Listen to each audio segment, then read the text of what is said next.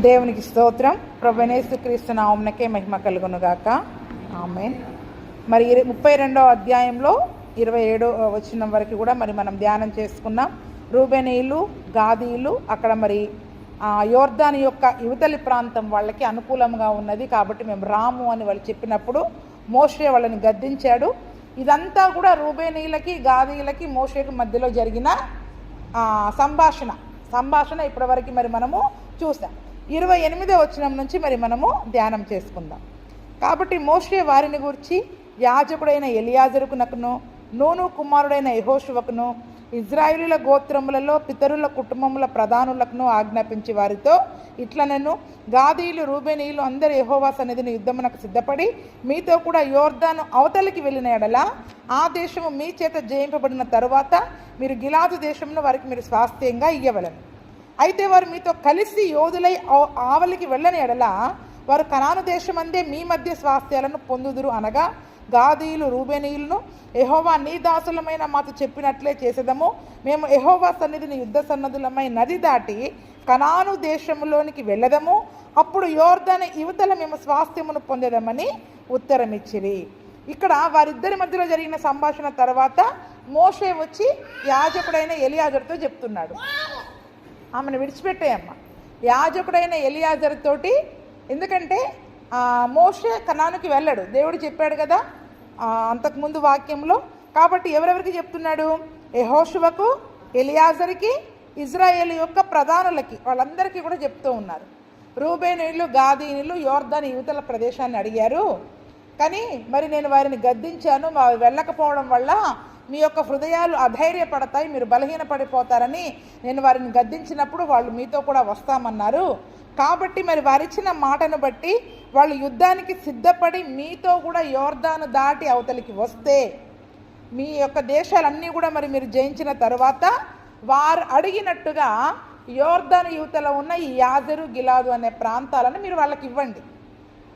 ఒకవేళ వాళ్ళు మీతో కూడా వాళ్ళ మాట తప్పి మీతో కూడా యుద్ధానికి అవతలికి రాలేదనుకోండి, అవతల కణాలులోనే వారు స్వాస్థ్యం పొందుకోవాలి. ఈ స్వాస్థ్యాన్ని వారికి ఇవ్వడానికి వీలు లేదు, వాళ్ళు అడిగిన దానిని వారికి ఇవ్వడానికి వీలు లేదు. వారి మాట ఇచ్చిన మాటను బట్టి మరి వారు నెరవేర్చాలి అని అక్కడ ఉన్న వారందరితో చెప్తుంటే ఈ గాదీయులు, రూబేనీయులు ఏమంటున్నారు? వెంటనే లేదయ్యా, మేము మీకు మాట ఇచ్చాము, యెహోవా దాసులమైన మేము మాతో చెప్పినట్లే మేము మీతో చేస్తాము.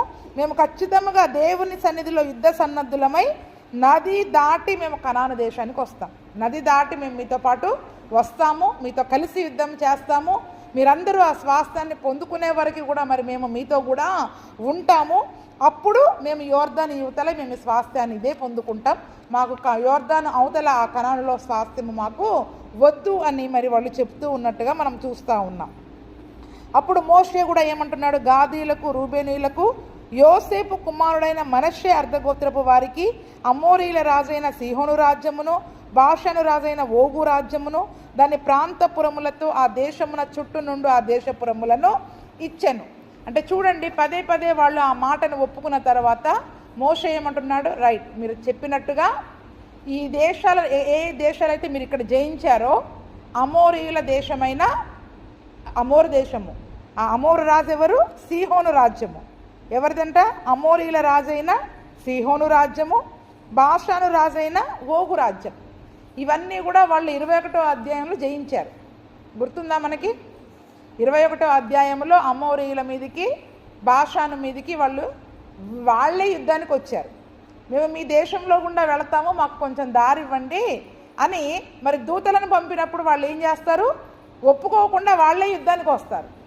వాళ్ళే యుద్ధానికి వస్తున్నప్పుడు దేవుడు ఏం చేస్తాడు? మీరు వెళ్ళి వారితో యుద్ధం చేయండి అన్నప్పుడు మరి ఇజ్రాయేలీలందరూ కూడా వెళ్ళి అమోరీయుల రాజుని చంపేస్తారు, బాషాను రాజుని కూడా చంపివేసేసి హతము చేసి వారి యొక్క సొమ్మంతటిని కూడా వారు కొల్ల సొమ్ముని దోచుకుంటారు.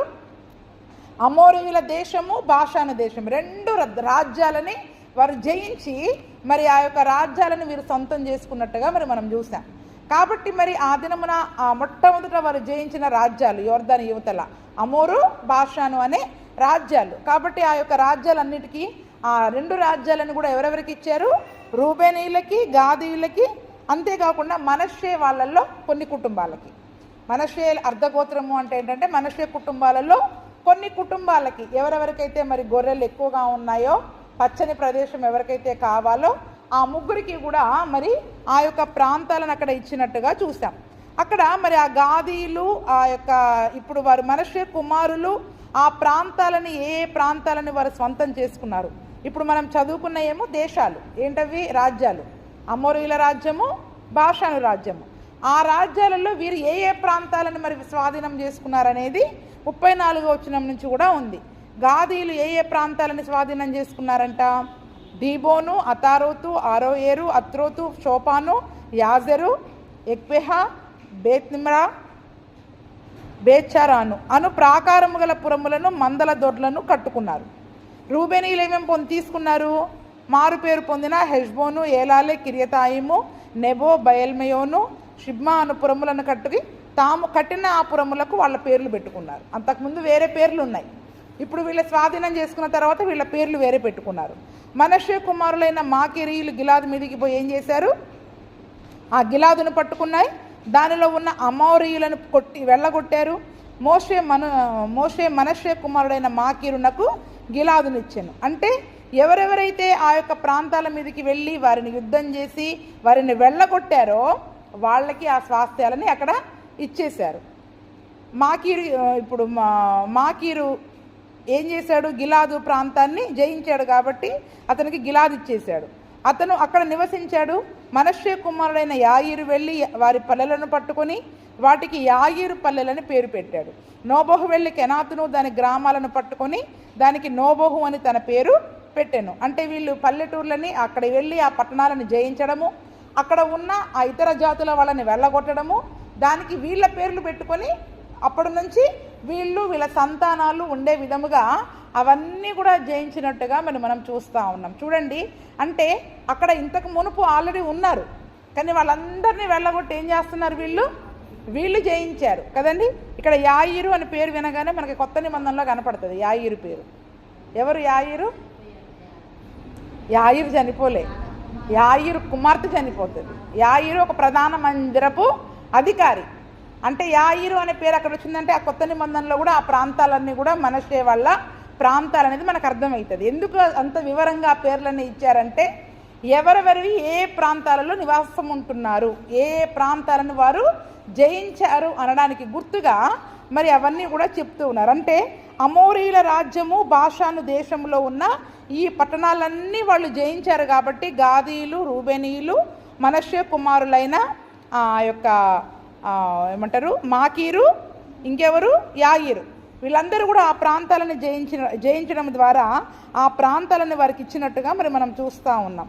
చూడండి, కీర్తనల గ్రంథం 136:18 నుండి మనం చూసుకున్నట్లయితే నిజంగా ఆ యొక్క రాజుల పైన వాళ్ళు నిజంగా ఆ యుద్ధాలను వారు జయించినప్పుడు కీర్తనలో ఎంత చక్కగా వివరంగా దానిని బట్టి వాళ్ళు దేవుని స్తుతిస్తూ ఉన్నారో మనం చూస్తాం. అక్కడ కీర్తన 136:18 నుంచి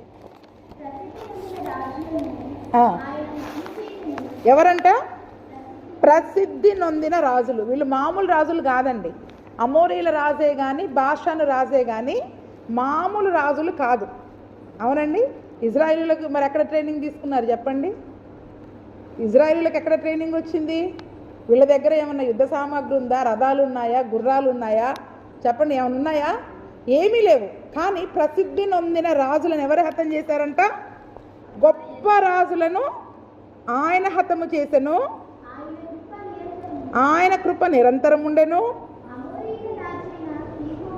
అమోరీల రాజైన సీహోనును ఆయన హతము చేసెను, ఆయన కృప నిరంతరం ఉండెను.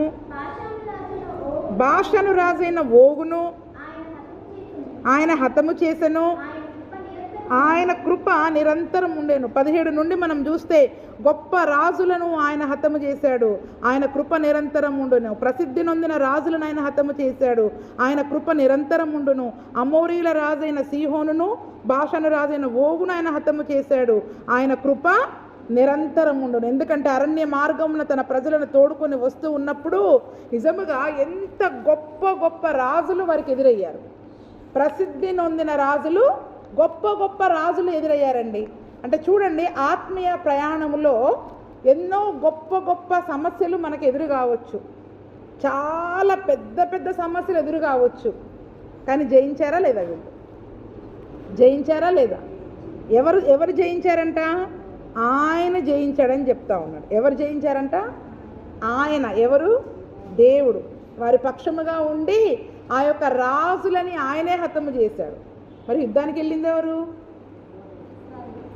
ఎవరు వెళ్ళారు? ఇజ్రాయేలీలు వెళ్ళారు. కానీ హతం చేసింది ఎవరు? మరి చంపింది వీళ్ళేగా కత్తి పట్టుకొని కదండి. అంటే దేవుడు లేకపోతే వీరు అసలు ఆ యుద్ధాలను జయించలేరండి. దేవుడు లేకపోతే ఆ ఏ యుద్ధాన్ని కూడా మరి మనము జయించలేము. అందుకనే 32వ అధ్యాయంలో మనం ఏం చదువుకుంటాం? యెహోవా జయించిన దేశం అని చదువుకున్నాం. ఎవరు జయించారు ఆ దేశాలన్నీ? అమోరీల దేశమే కానీ బాషాను దేశమే కానీ యెహోవా జయించిన దేశాలు. వీళ్ళు కేవలం కత్తులు పట్టుకొని యుద్ధానికి వెళ్ళారు అంతే. వాళ్ళని చంపే శక్తి కానీ బలము కానీ హతము చేసే శక్తి కానీ బలము కానీ ఎవరిచ్చారు వీళ్ళకి? అంటే చూడండి, మళ్ళీ మనం ఇక్కడే కాదు, మనం ముందు ముందు చదువుకుంటూ ఉంటుంటే చాలా చోట్ల ద్వితీయోపదేశకాండంలో కానీ యెహోషువ గ్రంథంలో కానీ వాళ్ళు మాటి మాటికి ఆ సంగతులను జ్ఞాపకం చేసుకుంటారు. అమోరీల రాజును ఎట్లా హతము చేశారు, దేవుడు మన పక్షంగా ఉండి ఎట్లా హతము చేశాడు, బాషాను రాజును ఎలా హతము చేశాడు. వాళ్ళు చాలా యుద్ధ వీరులు, గొప్ప రాజులే. వాళ్ళకి మంచి సైన్యం ఉంది, సైనిక బలం ఉంది, రథాలు ఉన్నాయి, గుర్రాలు ఉన్నాయి. కానీ ఇజ్రాయేలీల పక్షంగా ఎవరున్నారు చెప్పండి? అవేవి లేవు. సైన్యంలకు అధిపతియగు యెహోవా మాత్రమే వారి పక్షముగా ఉండి మరి ఆ యుద్ధాలను జరిగించినట్లుగా చూస్తూ ఉన్నాం. కాబట్టి ఆయన కృప నిరంతరం ఉండును అని అరణ్యములో మరి దేవుడు వారికి చేసిన ప్రతి మేలును బట్టి, ఆయన కృపను బట్టి అక్కడ కృతజ్ఞతాస్తుతులు చెల్లిస్తూ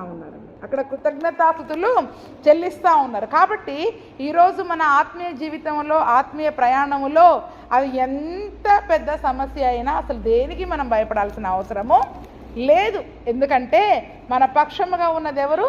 సైన్యములకు అధిపతియగు దేవుడు మరి మన పక్షంగా ఉన్నాడు. కాబట్టి యుద్ధము చేసేది మనము కాదు. యుద్ధము ఎవరిది? యుద్ధము పాట అయితే బాగానే పాడతాం, మళ్ళీ కష్టం వచ్చేసరికి మనమే యుద్ధం చేస్తున్నట్టు మనమే వణుకుతుంటాం. ఏం చెప్పండి? మనమే ఏదో బలమంతా ఉపయోగించి మనమే యుద్ధం చేస్తున్నట్టు, అయ్యో నాకంత బలం లేదే, నాకంత శక్తి లేదే అని మనం బలహీనపడతాం. అసలు మన బలంతో ఏం పని, మన శక్తితో ఏం పని? యుద్ధం చేసేది ఆయన అయితే దేవుడు ఏమంటున్నాడు? నువ్వు కత్తి పట్టుకుని ముందుకెళ్ళు, మోకాళ్ళ మీద నువ్వు ప్రార్థన చేయి, నేను జరిగించాల్సినవన్నీ. కానీ మనం ఏం చేస్తున్నాం?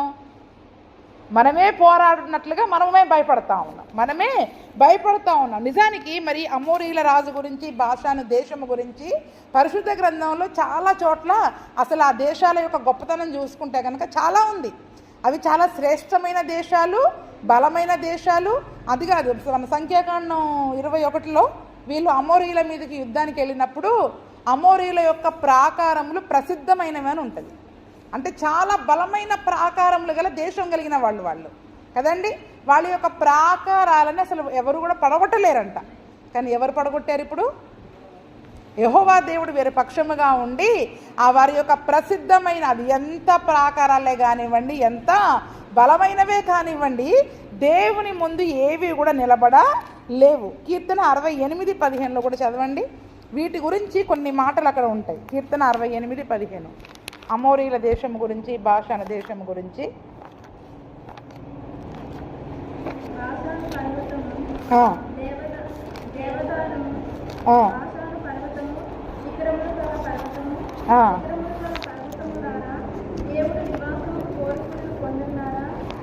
ఒకటి చాలమ్మా, 68:15 ఒకటి చాలు.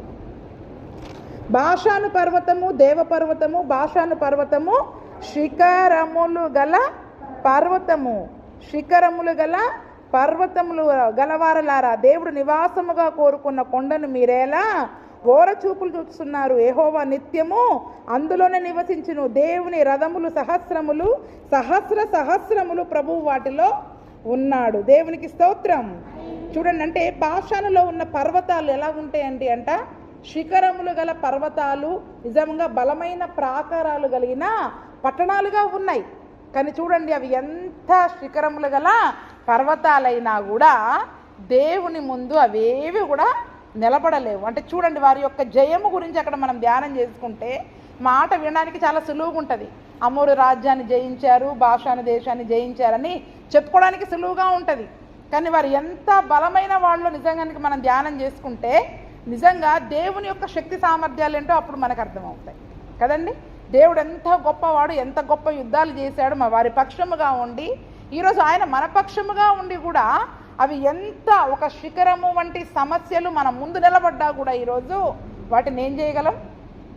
విశ్వాసముతో ఈ కొండ వెళ్ళి సముద్రంలో పడంటే పడాల్సిందే.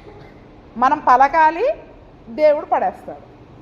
ముందు మనకు పలకడానికే విశ్వాసం ఉండదు. ఏం చెప్పండి? పలకడానికే విశ్వాసం ఉండదు. ప్రార్థనలో ఎంత బలమైన మరి కొండ వంటి శిఖరము వంటి సమస్యలు మన ముందున్నా కూడా ఆ దినమున బాషాను శిఖరము గల పర్వతము మరి అటువంటి ప్రాకారము గల ప్రసిద్ధమైన పట్టణాలనే దేవుడు వారికి పక్షంగా ఉండి జయించినప్పుడు ఈరోజు మరి మన పక్షముగా ఉన్న దేవుడు ఆ సిలువలో అపవాదిని సైతానుని జయించిన దేవుడు, దాని యొక్క తలను చితకగొట్టిన దేవుడు మరి మన పక్షముగా ఉండి ఈరోజు మన జీవితంలో కూడా అటువంటి జయాలను ఇవ్వడానికి ఆయన శక్తిగల దేవుడని మరి మనము నేర్చుకోవాలి. న్యాయాధిపతుల గ్రంథము 11వ అధ్యాయము 18 నుండి చదువుకుందాం. అక్కడ కూడా ఈ అమోరీల దేశం గురించి ఉంటుంది. చూడండి, న్యాయాధిపతులు 11:18 నుండి.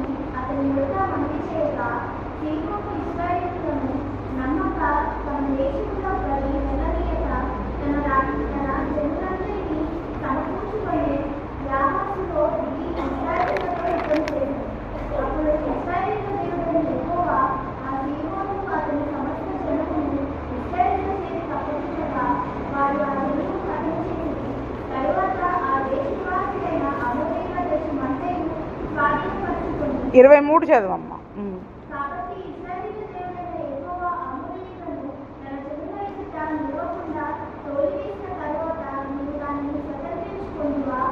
చాలు చాలు. ఇక్కడ చూడండి, ఇక్కడ మళ్ళీ న్యాయాధిపతుల గ్రంథంలోకి వచ్చినప్పుడు కూడా ఈ అమోరీల ప్రాంతాన్ని స్వాధీనం చేసుకోవడానికి వేరే రాజు వస్తాడు. వేరే రాజు వచ్చినప్పుడు ఇక్కడ యొఫ్తా అనే న్యాయాధిపతి ఏం చేస్తాడు? జరిగిన సంగతి అంతా చెప్తాడు. అసలు మాకు ఈ దేశం ఎలాగొచ్చింది అనుకుంటున్నారు? ఈ దేశం మాకు, మేము అరణ్యంలో నుంచి మా పితరులు ప్రయాణం చేసి వచ్చేటప్పుడు మేము రాయబారం కొరకు పంపిస్తే వాళ్ళు ఒప్పుకోలేదు, యుద్ధానికి వచ్చారు. అప్పుడు మేము యుద్ధానికి వెళ్ళినప్పుడు దేవుడు మా పక్షముగా ఉండి ఈ దేశాన్ని మాకు జయించాడు. ఇది దేవుడు జయించి ఇచ్చిన దేశము. ఇప్పుడు ఈ దేశాన్ని మళ్ళీ మీరు స్వాధీనపరచుకోవడానికి ఎలాగొస్తావు? నువ్వు ఆ రాజుల కంటే గొప్ప రాజువా అని ఈ రాజుని హెచ్చరిస్తున్నాడు. అంటే చూడండి, ఇప్పుడు ఎలాగొచ్చింది? ఒక సమస్యని మనం జయించిన తర్వాత మళ్ళీ ఆ సమస్యని ఒకవేళ మళ్ళీ ఇంకొక సమస్య మనకు వచ్చిందనుకోండి, ఈ సమస్యని మనం కారణం చూపించడానికి వీలుంటుంది. ఏంటి? అప్పుడు ఇంత భయంకరమైన సమస్య వచ్చినప్పుడు ఆ సమస్య పైననే దేవుడు మనకి గొప్ప జయాన్ని దయచేశాడు. అంతకంటే పెద్ద సమస్యనా ఇది? అంతకంటే పెద్ద రోగమా ఇది? కొన్నిసార్లు మన ఆత్మీయ జీవితంలో ఎన్నో గొప్ప గొప్ప అద్భుతాలు జరుగుతాయి, ఆశ్చర్యకార్యాలు జరుగుతాయి. కానీ కొంతకాలం అయిన తరువాత మళ్ళీ సమస్యలు రాగానే మనం ఏం చేస్తాం చెప్పండి? కృంగిపోతూ ఉంటాం. మళ్ళీ సమస్యలు రాగానే కృంగిపోతూ ఉంటాం. అంతకు మునుపు దేవుడు మన జీవితంలో ఇచ్చిన జయాలు కానీ అద్భుతాలు కానీ అన్నీ మర్చిపోతూ ఉంటాం. అందుకనే ఇక్కడ యొఫ్తా ఏమంటున్నాడు? వాళ్ళకి జ్ఞాపకం చేస్తూ ఉన్నాడు. అసలు ఈ దేశం మాకు రావడానికి దేవుడు కారణం, ఆయన గొప్పగా జయించి ఈ దేశాన్ని మాకు ఇచ్చాడు. ఇప్పుడు మళ్ళీ దీన్ని నువ్వు స్వాధీనపరచుకోవడానికి వచ్చావు, నువ్వు ఆ రాజు కంటే గొప్ప రాజువా? దేవుని ముందు అసలు నిలబడే ధైర్యము కానీ ఏవైనా నీకున్నాయా అని ఆ రాజును హెచ్చరిస్తున్నట్టుగా ఉంది. ఈరోజు మనం అంత ధైర్యంగా చెప్పగలగాలి. ఒక జయాలు మన జీవితంలో పొందుకున్నాము అంటే, మన జీవితంలో సమస్యలు ఎదురైనప్పుడు ఇన్ని గొప్ప శ్రమలే అనుభవించా, ఇన్ని గొప్ప జయాలు నేను అనుభవించా, ఇంకా దీన్ని నేను ఎందుకు జయించలేను అని ఆ సమస్యను ఎదిరించగలిగిన శక్తి సామర్థ్యాలు మనకి వస్తాయి. అంటే ఈ మనం అంతవరకు పొందుకున్న ఆ జయాల వలన మనకి ఏం రావాలి చెప్పండి? ధైర్యం రావాలి. మనం ఎన్ని అద్భుతాలు మన జీవితంలో జరిగాయి. మరణ పడక నుంచి దేవుడు మనల్ని లేపాడు. అసలు మనం చేయలేమనుకున్నవి, అసాధ్యం అనుకున్నవి మన జీవితంలో ఎన్నో జరిగాయి. అవన్నీ జరిగిన తర్వాత కూడా మళ్ళీ మన జీవితంలో సమస్యలు, శోధనలు ఎదురైనప్పుడు మనం వాటిని చూపించి ధైర్యంగా ఎందుకు మాట్లాడలేకపోతున్నాం? ఎందుకు ఆ సమస్యను ఎదిరించలేకపోతా ఉన్నాం? ఇక్కడ ప్రతిసారి మనం ముందు చదువుకుంటూ ఉంటుంటే మీరు చాలాసార్లు చదవండి. అంతకుముందు అమోరీల రాజుని, బాషాను రాజుని దేవుడు ఎట్లా జయించాడు, అంతకంటే నువ్వు పెద్ద సమస్యవా అన్నట్టుగా, అంతకంటే గొప్ప రాజు అన్నట్టుగా అక్కడ న్యాయాధిపతుల కాలంలో దానిని స్వాధీనపరచుకోవడానికి వచ్చిన రాజులతోటి వాళ్ళు మాట్లాడుతూ ఉన్నట్టుగా మరి మనం చూస్తూ ఉన్నాం. అందుకని దేవుడు కొన్ని గొప్ప జయాలను మన జీవితంలో దయచేయడం ద్వారా మన విశ్వాసము అంతకంతకి వృద్ధి పొందాలి. ఏమవ్వాలి చెప్పండి? ఇంకా నేను దేన్నైనా జయించగలను, ఎందుకంటే ఆయన నా పక్షంగా ఉన్నాడు కాబట్టి నేను దేన్నైనా జయించగలను అనే ధైర్యము, ఒక విశ్వాసము మనలో ప్రవేశించినప్పుడు ఇంకా మనము దేనికి భయపడము. అధైర్యము అనేది మనలో రాదు, బలహీనత అనేది మనలో మరి రాదు. అందుకనే ఈ సంగతంతా నేను ఎందుకు చెప్తూ ఉన్నాను అంటే, ఆయా ప్రాంతాలలో, ఆయా సందర్భాలలో వీళ్ళు మాటికి సందర్భాన్ని గుర్తు చేస్తారు. ఒకసారి సంఖ్యాకాండం 21వ అధ్యాయంలో వెళ్ళండి. అక్కడ వారి యుద్ధానికి వెళ్ళేటప్పుడు దేవుడు వారిని ఏ రకంగా బలపరిచాడో సంఖ్యాకాండం 21లో ఈ యొక్క వారిపైన యుద్ధాలు జరిగిందంతా కూడా ఉంటుంది. 34వ వచనం.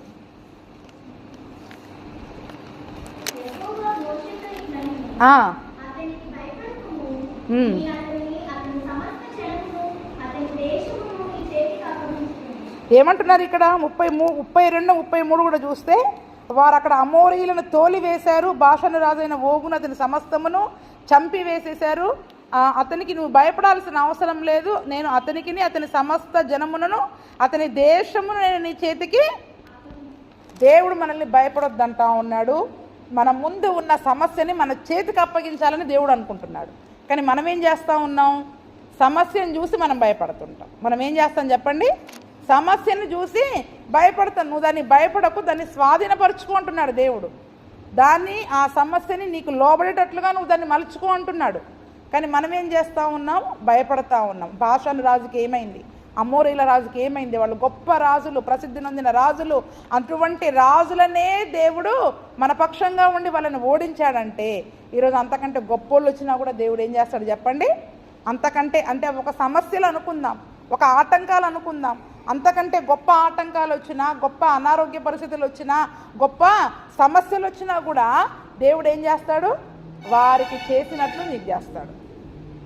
ఒకసారి వచ్చినప్పుడు వారిని ఎట్లా ఓడించాడో, వారిని ఎట్లా తరిమాడో, ఎట్లా హతము చేశాడో వారికి చేసినట్లు రేపటి దినమున నీకు చేస్తాడు. రేపు ఈ సమస్యను కూడా అలాగే పరిహరిస్తాడు అనే విశ్వాసముతో మరి మనము ముందుకు వెళ్ళాలి. కాబట్టి చూడండి, అక్కడ వారందరూ కూడా ఆ రాజ్యాలను ఎట్లా జయించారు, ఎలా ఆ యొక్క పట్టణాలను మరి స్వాధీనపరుచుకున్నారో మళ్ళీ రాయబడి ఉంది.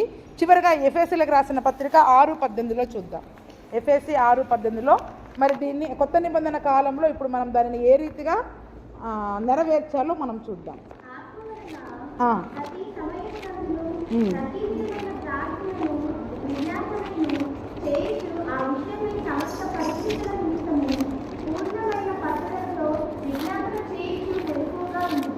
చాలు, ఏమంటున్నారండి అక్కడ?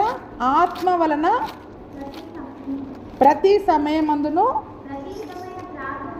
ప్రతి విధమైన ప్రార్థనను విజ్ఞాపనను చేయుచు ఆ విషయమై సమస్త పరిశుద్ధుల నిమిత్తమును. ఎవరి నిమిత్తము? సమస్త పరిశుద్ధుల నిమిత్తము. అక్కడ ఇజ్రాయేలీలందరి కొరకు వారు పోరాడాలి కదండి. ఈ అమోరీయులు, బాషాను రాజు యుద్ధానికి వెళ్ళినప్పుడు ఇజ్రాయేలీలందరూ కలిసి పోరాడారు. ఇప్పుడు వారు యోర్దాను అవతలికి వెళ్ళి మిగిలిన ఇజ్రాయేలీలందరి కొరకు ఈ రూబేనీయులు, గాదీయులు కూడా వెళ్ళి ఏం చేయాలి? దేవుడు ఏర్పరచుకున్న వారందరి కొరకు ఏం చేయాలి? పట్టుదలతో పోరాడాలి, యుద్ధం చేయాలి. యుద్ధం చేస్తేనే స్వాస్థ్యం దక్కుద్ది, లేకపోతే ఎక్కడ మనం కోరుకున్నది మనకి దొరకదు. వస్తుంది, కానీ ఎక్కడొస్తుంది? దేవుడు ఇచ్చింది వస్తుంది. కొన్నిసార్లు మనకి కొన్ని ఆ దేవుడు ఇచ్చేవి కాకుండా మనకు కోరుకున్నవి కొన్ని ఉంటాయి కదా, అది కావాలి అంటే మనం ఏం చేయాలి చెప్పండి? ఇప్పుడు పరిశుద్ధులందరి కొరకు పట్టుదలతో ప్రార్థన చేయాలి. అప్పుడు ఆయన నీ హృదయ వాంఛను తీరుస్తాడు. మనకి మన ఆశ భంగము కాదు. ఎప్పుడు దేవుడు అప్పగించిన పనిని మనం చేయకుండా, దేవుడు చెప్పింది మనం చేయకుండా, మనకు వెంటనే మనం ఒక లిస్టు పెట్టి నాకు ఈ కోరికలు ఉన్నాయి ఇవి తీర్చని దేవుణ్ణి అడుగుతాం. కానీ అక్కడ మోషే ఏమని చెప్పాడు? అవతలకి వచ్చి యుద్ధం చేస్తేనే ఈ స్వాస్థ్యం ఇస్తా, వీళ్ళ అవతలకి రాకపోతే ఆ స్వాస్థ్యం వాళ్ళకు ఉండదు. కనాను అవతలే వాళ్ళు స్వాస్థ్యము పొందుకోవాలి. అంటే అందరితో కలిసి పరిశుద్ధులందరికీ వరకు ఏం చేయాలి ఇప్పుడు అంటే, ఇప్పుడు యేసయ్య రక్తంలో మనం పరిశుద్ధులముగా నీతిమంతులముగా కడగబడ్డాం కాబట్టి సమస్త పరిశుద్ధుల నిమిత్తము, అందులో ఒకరని చెప్పట్లే, ఇద్దరని చెప్పట్లే, వాళ్ళని చెప్పట్లే, వీళ్ళని చెప్పట్లే, ఆ చర్చ్ అని చెప్పట్లే, ఈ చర్చ్ అని చెప్పట్లే, యేసు ప్రభు రక్తంలో కడగబడిన ప్రతి ఒక్కరి కొరకు పరిశుద్ధుల సమస్త పరిశుద్ధుల నిమిత్తము పూర్ణమైన పట్టుదలతో విజ్ఞాపన చేస్తూ మెలకువగా ఉండాలి.